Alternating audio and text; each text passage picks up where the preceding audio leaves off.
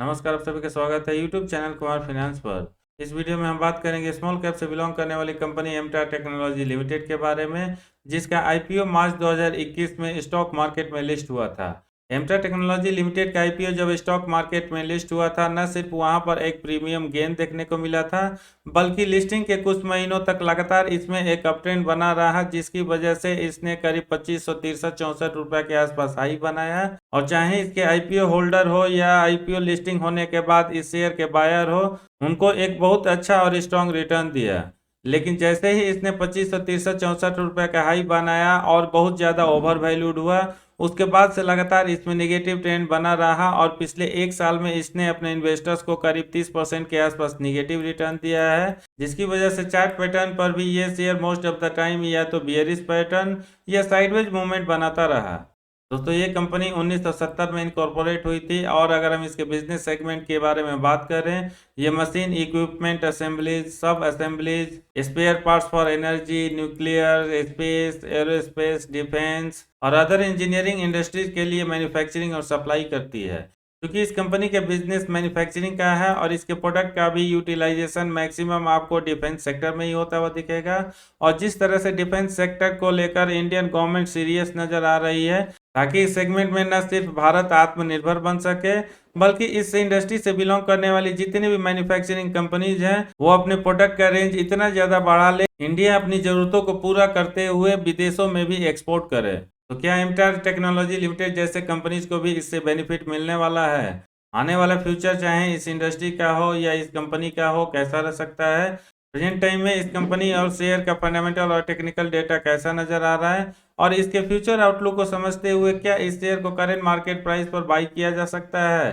ताकि short term से लेके लॉन्ग टर्म में एक अच्छा और स्ट्रॉन्ग रिटर्न मिल सके? ये पूरे डिटेल इस वीडियो में हम स्टॉक एनालिसिस के माध्यम से जाने, उसके पहले मैं कहना चाहूंगा, अगर अपने इस चैनल पर या अब तक आपने इसको सब्सक्राइब नहीं किया है, चैनल को सब्सक्राइब करके बेल आइकन का बटन जरूर प्रेस करें, ताकि आने वाले फ्यूचर में हर क्वालिटी वीडियो का नोटिफिकेशन आपको मिलती रहे।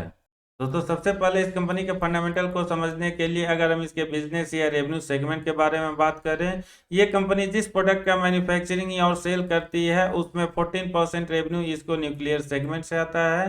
17% रेवेन्यू स्पेस एंड डिफेंस से, 63% रेवेन्यू क्लीन एनर्जी से और 6% का रेवेन्यू प्रोडक्ट एंड अदर से आता है। अगर हम जियोग्राफिकल बेसिस पर भी देखें तो फिनेंशियल ईयर 2022 के अकॉर्डिंग डोमेस्टिक से इसको 39% का रेवेन्यू और 61% का रेवेन्यू इसको एक्सपोर्ट से आता है। पिछले 2-3 सालों में इस कंपनी का ऑर्डर बुक भी थोड़ा सा मजबूत होता हुआ दिखेगा, क्योंकि एक साल 1.5 साल पहले अगर हम चले जाएं, इसके पास अक्सर 1000 करोड़ या 950-60 करोड़ के आसपास ऑर्डर बुक रहता था। लेकिन 30 सितंबर 2022 को जो Q2 कंप्लीट हुआ, उसके अकॉर्डिंग इस कंपनी का ऑर्डर बुक 1288.5 करोड़ का है, जिसमें 67% क्लीन एनर्जी के लिए, 15% स्पेस एंड डिफेंस से, 17% न्यूक्लियर से और 1% प्रोडक्ट एंड अदर से है। इसका क्लाइंट लिस्ट भी फिलहाल काफी आपको स्ट्रॉन्ग देखने को मिलेगा, क्योंकि लार्ज एमएनसीज कंपनी फिलहाल इस कंपनी से जुड़ी हुई है, जैसे Bloom Energy, Elbit, Rafael etcetera.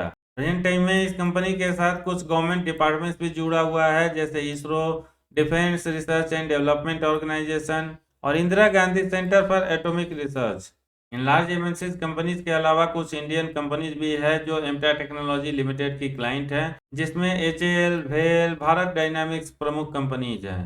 दोस्तों, चूंकि इस वीडियो में हम एमटार स्टॉक के बारे में बात कर रहे हैं, इसलिए कुछ की मैट्रिक्स पर नजर डालें। मार्केट कैप इसका फिलहाल काफी कम, मात्र 5345 करोड़ का है। इस शेयर में भले ही पिछले एक साल में 30% के आसपास डाउनफॉल हो चुका है, लेकिन अभी भी इसका वैल्यूएशन थोड़ा सा प्रीमियम चलता हुआ दिख रहा है, क्योंकि स्टॉक भी 71.5 है। आरओसी हो या आरओई हो, इसको एवरेज माना जा सकता है, क्योंकि मात्र ये 15.7% और 11.9% है। इस शेयर का करेंट मार्केट प्राइस भी जो 1738 रुपये चल रहा है, अपने बुक वैल्यू 183 रुपये के कंपेरिजन में 10 गुना ज्यादा है। इस कंपनी ने जो Q2 का रिजल्ट प्रेजेंट किया था, वो भी काफी अच्छा माना जा सकता है, क्योंकि न सिर्फ पीयर्स के कंपैरिजन में ये काफी अच्छा है, बल्कि चाहे इसका रेवेन्यू ग्रोथ हो या प्रॉफिट ग्रोथ हो, ये दोनों ही 30 के ऊपर बना हुआ है। एमटार टेक्नोलॉजी का सेल्स ग्रोथ लास्ट क्वार्टर में 37.84% और प्रॉफिट ग्रोथ 32.11% आता है, जबकि इसके पीयर पारस डिफेंस जो इस लिस्ट में नंबर 2 पोजीशन पर आ रही है मार्केट कैप के हिसाब से,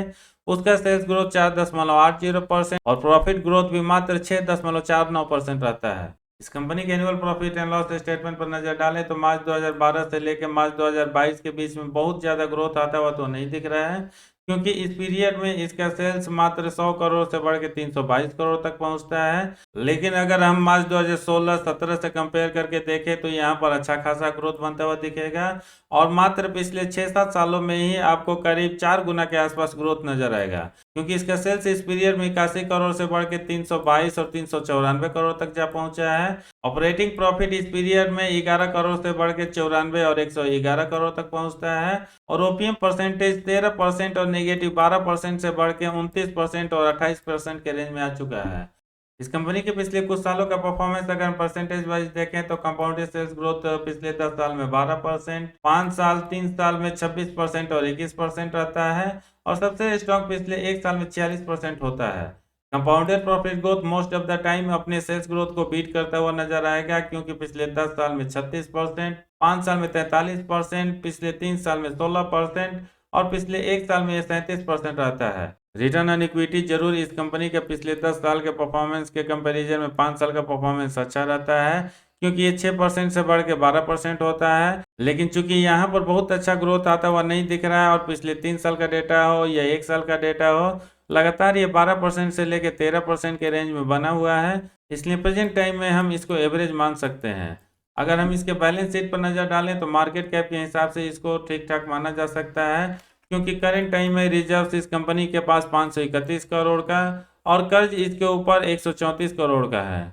दोस्तों, एमटार के फंडामेंटल को और ज़्यादा डीपली समझने के लिए अगर हम शॉर्ट एनालिसिस पर नज़र डालें तो जैसा कि हमने इसका रेवेन्यू या प्रॉफिट ग्रोथ देखा है पिछले कुछ क्वार्टर्स और सालों में, यहाँ भी थोड़ा सा आपको स्ट्रांगनेस नजर आएगा, क्योंकि प्रेजेंट टाइम में फेवर में स्ट्रेंथ 8, अपॉर्चुनिटी 3, टोटल 11 का स्कोर हो रहा है और अगेंस्ट में मात्र 4 वीकनेस निकल कर आ रहा है। अगर हम इस शेयर में डिलीवरी का परसेंटेज देखें तो पिछले 1 महीना में लगातार बहुत ज़्यादा फ्लक्चुएट करता हुआ नजर आएगा, क्योंकि ऑन एवरेज पिछले 1 महीना में एनएसई और बीएसई मिलाकर 2 लाख शेयर जो ट्रेड होता है उसमें डिलीवरी का परसेंटेज 38 रहता है। 1 वीक एवरेज डेटा के अकॉर्डिंग डिलीवरी का परसेंटेज 29 और पिछले 1 महीना में सबसे अच्छा डिलीवरी का परसेंटेज यस्टरडे डेटा के अकॉर्डिंग देखने को मिलेगा, क्योंकि इस ट्रेडिंग सेशन में ये 52% के आसपास रहता है। लेकिन टुडे डेटा के अकॉर्डिंग डिलीवरी के परसेंटेज में बहुत ज़्यादा गिरावट होती हुई दिख रही है और ये 5% से कम होकर 23% तक आ चुका है। यानी ओवरऑल देखा जाए तो एमटा टेक्नोलॉजी लिमिटेड के शेयर प्राइस में जरूर मात्र एक ही ट्रेडिंग सेशन में करीब 8.5% का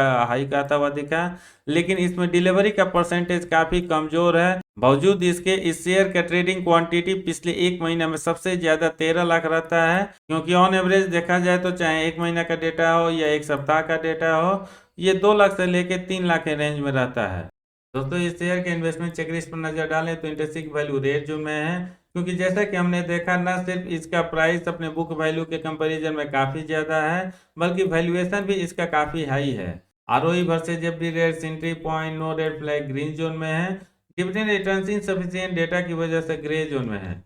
इसके शेयर होल्डिंग हिस्ट्री पर नजर डालें तो इसको भी अच्छा माना जा सकता है, क्योंकि पिछले 6 क्वार्टर्स में प्रोमोटर्स की होल्डिंग जरूर 50.25% से कम होकर 47.18% हुआ है, लेकिन म्यूचुअल फंड की होल्डिंग इस पीरियड में आपको काफ़ी ज़्यादा इंक्रीज होता हुआ दिखेगा और जून 2021 में उनकी होल्डिंग जो करीब 21% थी, सितंबर 2022 क्वार्टर रिपोर्ट के हिसाब से बढ़ के करीब 26% तक पहुंच गया है। अदर डोमेस्टिक इंस्टीट्यूशंस की होल्डिंग में आपको बहुत ज़्यादा फ्लक्चुएशन होता हुआ दिखेगा और जून 2021 में उनकी होल्डिंग जो करीब 4% थी, बीच में कम होकर सबसे ज़्यादा दिसंबर 2021 में 1% तक हो गया है और यहाँ से एक बार फिर से थोड़ा सा स्पाइक आता हुआ दिख रहा है। यानी अदर डोमेस्टिक इंस्टीट्यूशंस जो बड़े बड़े इन्वेस्टर होते हैं, लेटेस्ट डेटा सितंबर 2022 के अकॉर्डिंग एक बार फिर से ये 1% से बढ़ के 2% के आसपास पहुंचता हुआ दिख रहा है। फॉरेन इंस्टीट्यूशंस की होल्डिंग पिछले 6 क्वार्टर्स में 1.90% से बढ़ के 3.18% पहुंचता हुआ दिख रहा है। यानी यहाँ पर भी हम ग्रोथ आता हुआ मान सकते हैं। लेकिन अगर हम सितंबर 2022 क्वार्टर रिपोर्ट को अगर हम मार्च 2022 क्वार्टर रिपोर्ट से करके देखें,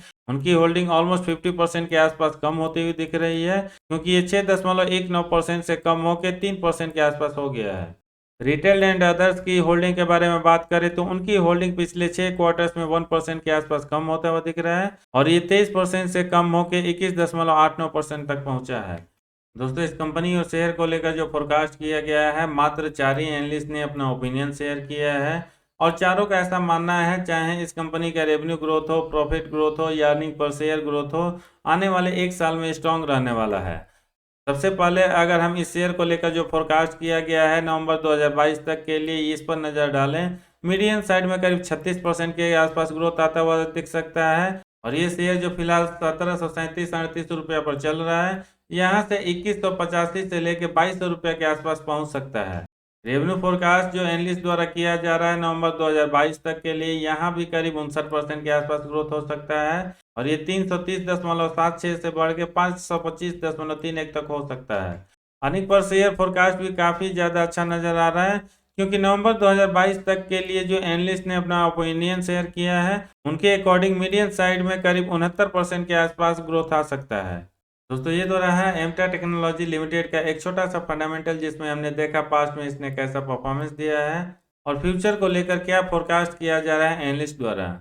दोस्तों चूंकि इस वीडियो का लेंथ बहुत ज़्यादा लंबा ना हो, इसलिए टेक्निकल इंडिकेटर्स और डेटा को समझने के लिए मैं आपको उस साइट पर लेकर नहीं जा रहा हूं और उसका समरी मात्र आपके साथ शेयर कर रहा हूं। करेंट टाइम में इस शेयर का मार्केट प्राइस जो 1737-38 रुपये चल रहा है, अगर हम डेली या 1 वीक डेटा के अकॉर्डिंग देखें तो चाहे इसका सिंपल मूविंग एवरेज हो या एक्सपोनेंशियल मूविंग एवरेज हो, ये 5 डीएमए से लेकर 200 डीएमए के ऊपर ट्रेड कर रहा है। लेकिन अगर हम इसके 1 मंथ एवरेज डेटा पर नज़र डालें, ये थोड़ा सा वीक होता हुआ नज़र आ रहा है, क्योंकि 6 में से 3 पार्ट आपको ऐसे देखने को मिलेंगे जो बुलिश पैटर्न शो कर रहे हैं, जबकि 3 पार्ट ऐसे देखने को मिलेंगे जहां बियरिश या न्यूट्रल ओपिनियन बनता हुआ दिख रहा है। बाकी जो अदर 3 से 4 टेक्निकल इंडिकेटर्स हैं, डेली से लेकर 1 वीक एवरेज डेटा के according most of the part में आपको बुलिश पैटर्न ही बनता हुआ दिखेगा और मूविंग एवरेज क्रॉस ओवर भी इस पीरियड में आपको बुलिश पैटर्न में ही जाता हुआ दिखेगा। यानी ओवरऑल देखा जाए तो एमटा टेक्नोलॉजी लिमिटेड का जो टेक्निकल डेटा या इंडिकेटर्स हैं, डेली चार्ट से लेके 1 वीक चार्ट पर काफ़ी खूबसूरत नज़र आ रहा है, जिसकी वजह से मैक्सिमम पार्ट में बुलिश फॉर्मेशन देखने को मिल रहा है। लेकिन 1 मंथ डेटा के अकॉर्डिंग ये थोड़ा सा पुअर होता हुआ दिख रहा है, क्योंकि कुछ पार्ट में जरूर यहाँ पर बुलिश पैटर्न बनता हुआ दिख रहा है, लेकिन कुछ पार्ट ऐसे हैं जहाँ पर बियरिश या न्यूट्रल ओपिनियन आ रहा है। यानी शॉर्ट टर्म से लेकर mid term point of view से ये शेयर फिलहाल काफ़ी खूबसूरत चार्ट पैटर्न शो कर रहा है और जो इसके प्राइस में स्ट्रेंथ नज़र आ रहा है पिछले कुछ ट्रेडिंग सेशन में, आने वाले कुछ और सेशन में ये कंटिन्यू कर सकता है। दोस्तों फाइनली अगर हम इस कंपनी के फ्यूचर आउटलुक के बारे में बात करें तो ओवरऑल सबसे पहले मैं सेक्टर आउटलुक के बारे में ही बात करना चाहूँगा। सेंट्रल गवर्नमेंट जो कि मैन्युफैक्चरिंग इंडस्ट्री पे काफ़ी ज़्यादा फोकस कर रही है और स्पेशली डिफेंस सेक्टर को जो भी कंपनीज कैटर करती हैं, उनको पीएलआई स्कीम के तहत बहुत ज़्यादा बेनिफिट भी दे रही है। इसलिए इस कंपनी के रेवेन्यू ग्रोथ में जो एक अच्छा खासा स्पाइक आता हुआ दिख रहा है पिछले 1-2 साल में, निश्चित ही करंट गवर्नमेंट आने वाले 4-5 सालों तक अगर कंटिन्यू करती है, चाहे इस कंपनी का ओवरऑल ग्रोथ हो या इस सेक्टर का ग्रोथ हो, इस पीरियड में निश्चित ही 15 से 20% के आसपास एनुअल सीएजीआर जरूर होना चाहिए। इसलिए ओवरऑल देखा जाए तो इस कंपनी का फ्यूचर आउटलुक तो काफी स्ट्रॉन्ग नजर आ ही रहा है। शॉर्ट टर्म से लेके मिड टर्म के लिए इसका टेक्निकल चार्ट हो या इंडिकेटर्स हो, वहां पर भी एक स्ट्रेंथ नजर आ रहा है, क्योंकि ये शेयर स्मॉल कैप से बिलोंग करता है और स्मॉल कैप पिछले कुछ महीनों से निफ्टी 50 के कंपैरिजन में थोड़ा सा कमजोर परफॉर्मेंस दिया है और अब उसमें थोड़ा सा एक स्पाइक आता हुआ दिख रहा है। इसलिए हो सकता है आने वाला कुछ ट्रेडिंग सेशन हो या कुछ सप्ताह हो, स्मॉल कैप के स्पेसिफिक शेयर में एक अच्छा मोमेंटम बनता हुआ दिखे। इसलिए अगर आप चाहें तो चाहे शॉर्ट टर्म हो, मिड टर्म हो या लॉन्ग टर्म हो, उसके लिए इस शेयर को अपने रडार पे रख सकते हैं। और अगर आपने पेशेंस दिखाया तो जिस तरह से इस कंपनी का परफॉर्मेंस रहा है पिछले कुछ क्वार्टर्स में, निश्चित ही आपको 20 से 25% का एनुअल सीएजीआर आने वाले कुछ सालों तक मिल सकता है। इस वीडियो में इतना ही है, कैसा लगा कमेंट करके जरूर बताएं। पसंद आए तो लाइक का बटन प्रेस करके अपने सर्किल में इस वीडियो का लिंक उनके साथ जरूर शेयर करें जो एमटा टेक्नोलॉजी लिमिटेड शेयर में इंटरेस्टेड है। पूरा वीडियो देखने के लिए धन्यवाद। जय हिंद।